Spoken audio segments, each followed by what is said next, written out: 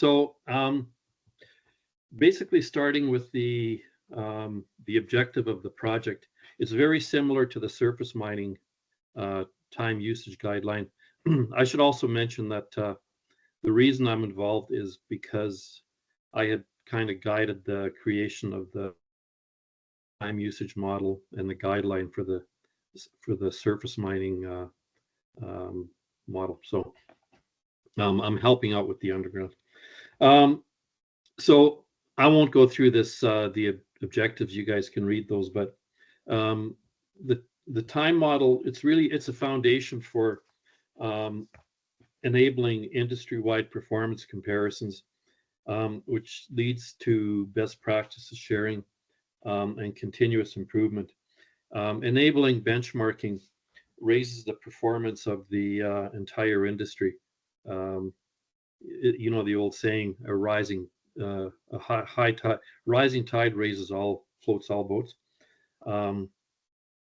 So the initial approach was to leverage the work invested in the surface time usage model.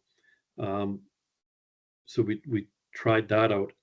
And then the other thing is we've heard that leadership wants alignment between surface and underground performance KPIs. They want to be able to compare the performance and the effectiveness, or compare the effectiveness of the underground and the surface mining fleets. So we started with the surface mining time model. And there's those on the call that probably, well, I know they've been involved in this longer than I have, so they have more background on it, you know, so feel free to speak up if I'm out of line here. Next slide.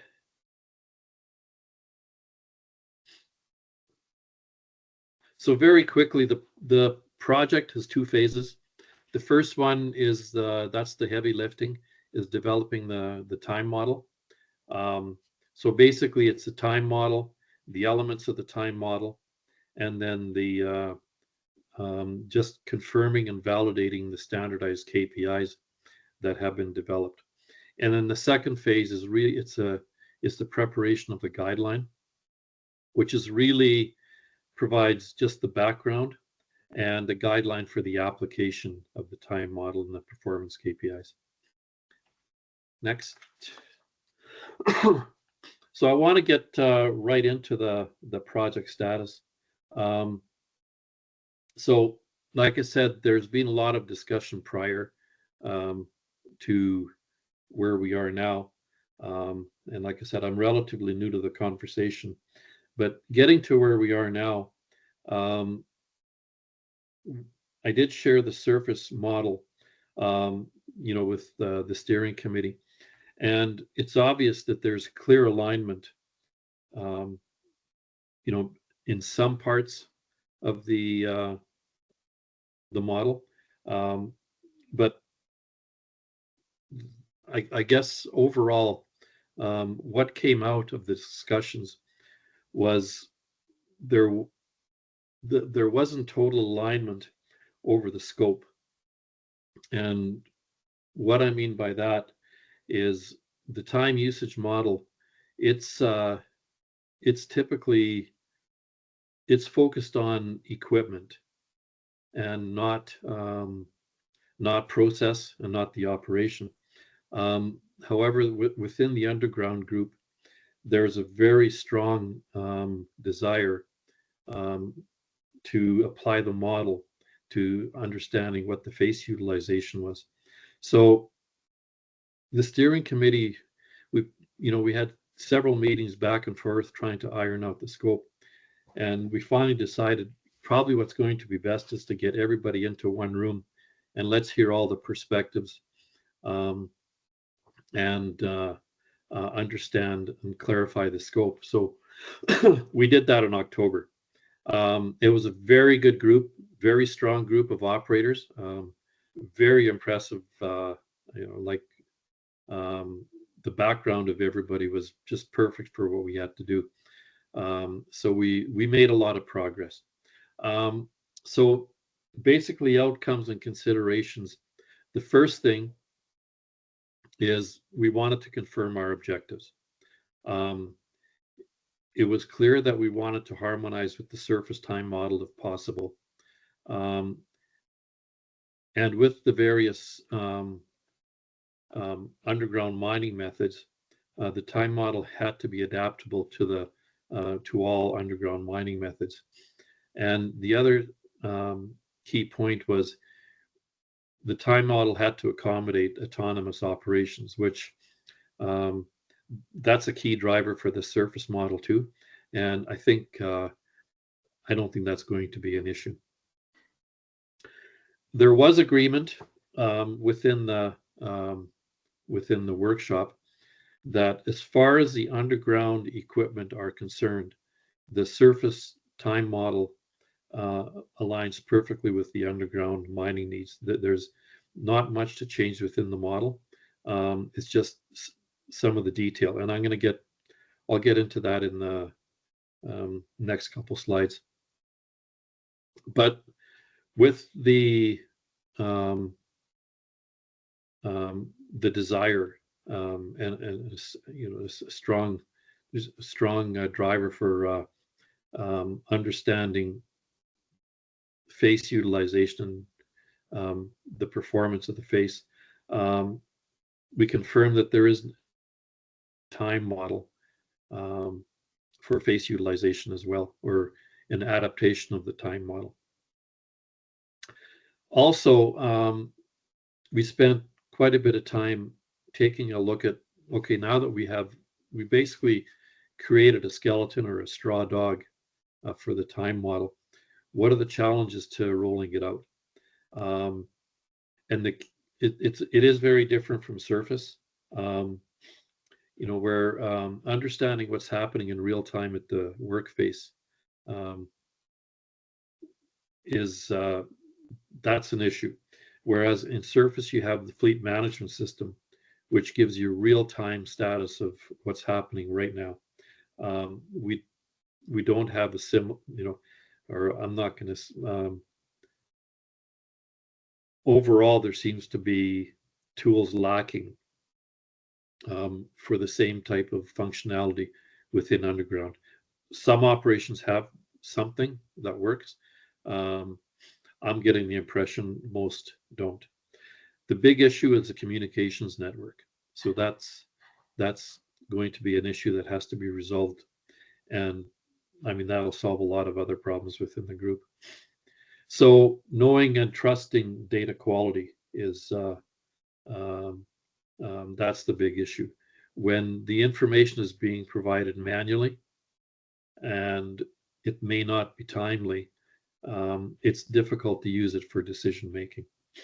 Good history, fair history, but it's not real time, and you know the time model can't be applied with the same effectiveness as it is in surface until the communications issue is figured out. So next slide. Very quickly, I'm not going to go through the model. If anybody wants a copy, we'd be glad to share it. You know, the model is on the GMG, the guideline is on the GMG website. Just wanted to show that, you know, the surface, the time usage model applies and the categories apply. The time categories apply. However, within the workshop and going through the review of some of the underground activities, it did kind of place a microscope on the definitions. And that input and that feedback will definitely be taken into consideration when we review the surface time model for the guidelines here. Next slide. This isn't up there for you to read. It's really just a I just wanted to show that this is where the real difference between surface and underground um, takes place. It's the detail of the activity. So um, there are common activities between underground and surface, things like lunch, shift change, fueling, stuff like that. But there's also a lot that is unique to underground. So what we did, um, so the basis for the time model are these the basic time elements. Um, those are all the activities, events, and statuses, delays, etc., that take place in the course of the operation. So those are classified in the surface model by equipment type, and then um, the individual time elements are classified into the time categories. Whether it's standby, operating delay, productive time, non-productive time, etc. So the key to harmonizing or the key to applying the time model to underground was going through the same process.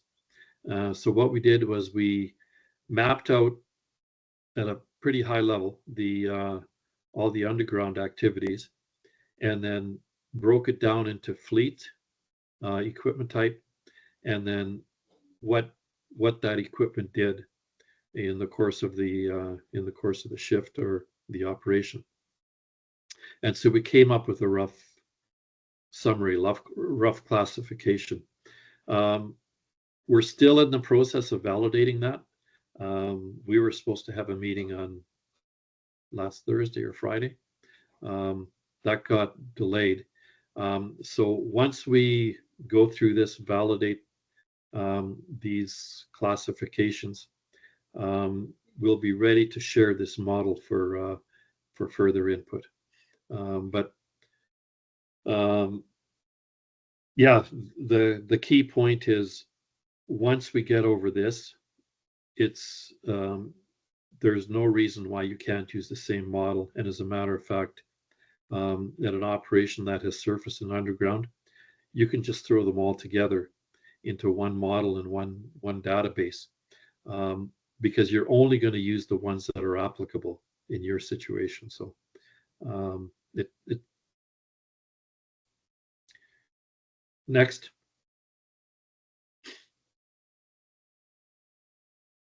So I just wanted to show that the standardized surface mining KPIs, and these are industry standard definitions. They existed long before the GMG project. We made a few tweaks to them. We added a few. Um, and the key to all these definitions and KPIs is that if the time categories are consistent, then we could create, or any operation can create whatever KPIs they want. But these are the basic KPIs that were proposed by the GMG for surface, and the group agreed that they do apply to underground, and that there's nothing stopping anybody at an underground operation from creating some of the KPIs that are um, relevant to their situation. Next. What I wanted to show as well was there was considerable progress made in developing or adapting the time model to face utilization um, monitoring and a measurement. So did the same thing. Um, we mapped out what are the activities that take place at the face, what are the statuses, and then took the first stab at kind of allocating um, those activities and events and statuses to a time category. So this is a work in progress. This is the uh, first stab at it. I think David Chen from Ballet is kind of leading this. and he did a fabulous job in setting it up originally for the review and taking the information from the workshop and putting it together. So um, we're off to a good start in terms of applying the time model to face utilization. Next. So the next step is for all of these, once we validate both the equipment time model and the face model, is we're finalizing the draft to bring it to the larger GMG community. So the first pass at that, it's going to be a wider distribution to the entire community for feedback and input. And it may even go, and I wouldn't hesitate to send it outside of GMG to the entire underground mining community for feedback and input. Once we get that and we compile that, then we'll send it out for targeted feedback to a range of operations to finalize the model and the KPIs. One of the things that I did at the workshop was I did go through the history of the surface time model. And I think the overall time to complete it was 7 years, and probably from start to finish. And probably the two biggest time consumers were getting the initial input. It was just figuring out how to get it was the challenge. We got off to several false starts, but once we did get input, reconciling between differences of opinion was that was a pretty interesting task. What we finally got down to after we put everything together was we went to about, I think, 12 different mining companies individually and got their inputs one at a time. And we got some very valuable input that way and got to a final product. So I don't think this model will take as long. You know, I think we have we're probably at, of that 7 years, probably year 6. I think all that's left to do is to get the input to the model and then the guideline. For the face utilization, I think that's going to be may take a little bit longer for the just to get the inputs to the model, but that's off to a good start too. And then the other next thing to do is taking a look at what are some of the data acquisition options to make the model work. So part of the kickoff for this wider distribution is on January 23rd. We're going to have a webinar or a forum or whatever we're going to call it on the underground time model for equipment. And I think if it's in good shape, maybe even run the time model for the face utilization of the flagpole. At that point in time, we'll outline the project plan and sharing opportunities for improvement. Well, we're going to be shaming people into participating is what we're going to be doing. So anyway. So we're going to be putting a call out for volunteers.